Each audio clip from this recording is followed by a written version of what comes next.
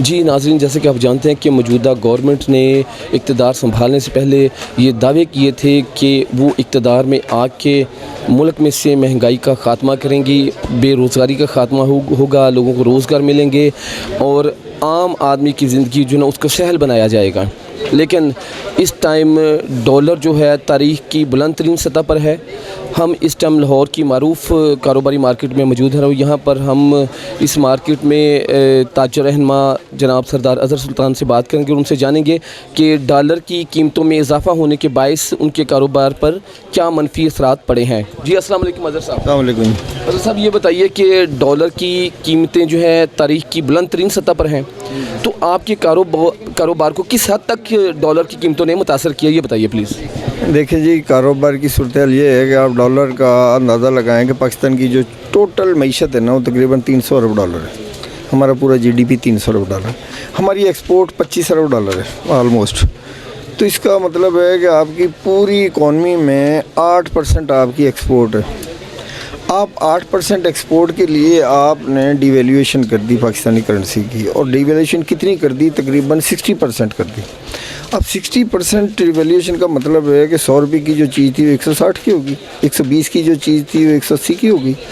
अब खुर्दनी तेल, अब ये जो महंगाई का सैलाब है ना, ये सिर्फ हुकूमत की एक ही नाइल ये है कि वो डॉलर को कंट्रोल नहीं कर सकती। वो समझ रही थी कि भी हमने ये करना है कि इसको डिवेल्यू करेंगे, हमारी एक्सपोर्ट बढ़ जाएगी। एक्सपोर्ट में तो इजाफा नहीं हुआ, लेकिन आपका जो रॉ मटेरियल था, यहाँ हर चीज़ थी, आपका पेट्रोलियम प्रोडक्ट्स, आपके खुर्दनी तेल, आपकी इंपोर्ट्स में, चाहे कोई भी दुनिया जहान की आइटम है, वो हर चीज़ में आपने 60% इजाफा कर दिया। जब 60% में इजाफा कर दिया, आपका रॉ मटेरियल चाहे वो टेक्सटाइल है, चाहे जो भी है, वो उसमें भी इजाफा हो गया। तो एक्सपोर्ट तो तब बढ़ेगी ना जब आपका रॉ मटेरियल सस्ता होगा, आपकी प्रोडक्ट सस्ती होगी। जब आपने 60% उसमें इजाफा कर दिया तो एक्सपोर्ट कैसे बढ़ती? अब उसका फ़ायदा कम, नुकसान ज़्यादा हुआ है। अब हमारी तो समझ में नहीं आ रही कि ये जो माहिरीन बैठे हैं मईशत के, ये क्या कर रहे हैं कि डॉलर को आप 175-80 पे ले गए हैं और फिर आप तवक्को ये रख रहे हैं कि हमारी एक्सपोर्ट में इजाफ़ा हो। एक्सपोर्ट में इजाफ़ा नहीं हुआ, लेकिन ये जो है ट्रेड डेफिसिट ये बढ़ता चला गया। महंगाई है, उसने गरीब का गला घोट दिया।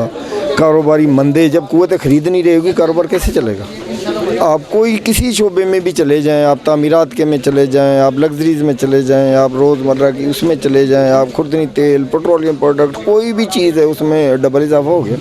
60% की ये डेवल्यूशन हुई, उसके बाद कोई लेबर के वो रेट में इजाफा हो गया, उसके बाद दूसरी चीज़ों में इजाफा हो गया। फिर कुछ दुकानदारों ने जहाँ 20 रुपये बढ़ने होते वहाँ 25 बढ़ा दिए। तो उससे महंगाई का एक तूफ़ान आ गया। गरीब आदमी और मिडिल क्लास है उसकी तो चीखें निकल गई।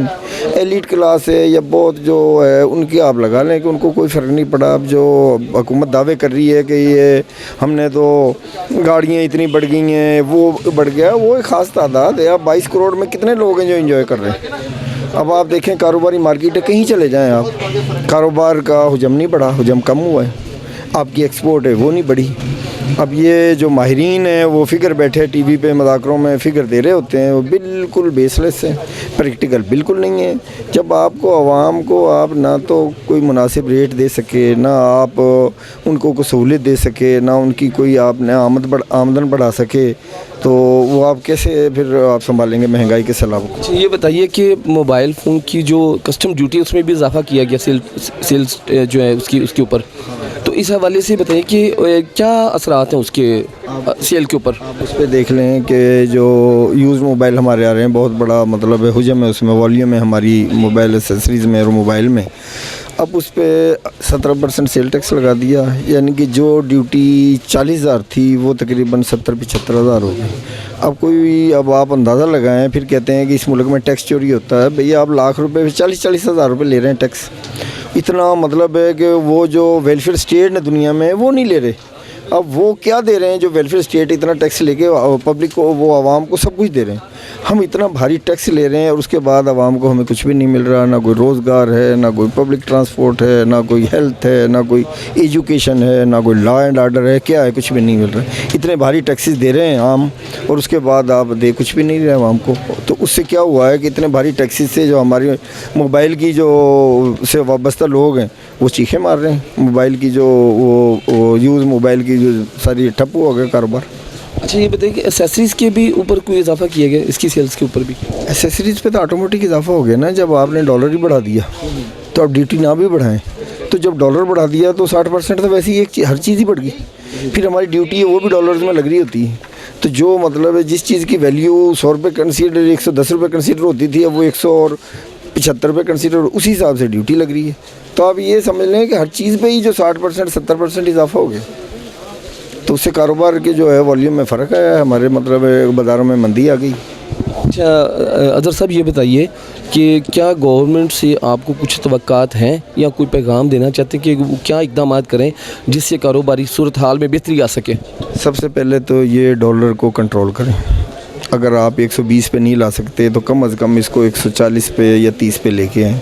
जब तक आप इसको कम नहीं करेंगे, आप ये शरह सूद जो में इजाफ़ा किया है जिसको हमारा कब कह रहे हैं, जब आपने इस पे इजाफ़ा कर दिया, ये 5.5% से 10.5% पे ले गए, इंडस्ट्री ने तो इस पे चलना है ना। जब आप इतने भारी उस पर शरह मुनाफा पे आप लोनिंग करेंगे इंडस्ट्री को, तो इंडस्ट्री क्या चलेगी? बाकी रहेगी इस गवर्नमेंट का। तो इस गवर्नमेंट का मैं क्या कहूँगा, मैं बतौर ताजिर ये कहूँगा, इससे कुछ भी उम्मीद नहीं है, बिल्कुल 1% उम्मीद नहीं है कि भी ये मामलात को सुलझा सकती है। जी नाज़रीन, आपने सुना जनाब सरदार रज़ा सुल्तान का कहना ये है कि गवर्नमेंट को चाहिए कि वो डॉलर की कीमत को कंट्रोल करे और उसको अगर मैक्सिमम मिनिमम लेके आना है तो 140 तक उसको लेके आएँ, और इसके साथ साथ जो बैंकों का शरह सूद है उसको कम किया जाए, क्योंकि 5% से ये तकरीबन 10.5% के ऊपर गवर्नमेंट लेके गई है शरह सूद को। और जब बुलंद शरह सूद होगा तो लोग कारोबार में पैसा लगाने की बजाय उसको बैंकों में रखने को तरजीह देंगे। लिहाजा शरह सूद को कम किया जाए ताकि लोग जो है कारोबार की तरफ उस पैसे को लेके आए और पैसा मार्केट में आए, जिससे लोगों के कारोबार में इजाफा हो सके। कैमरामैन अब्दुल्ला सुल्तानी के साथ आदिल रज़ा, स्टार 3 न्यूज़।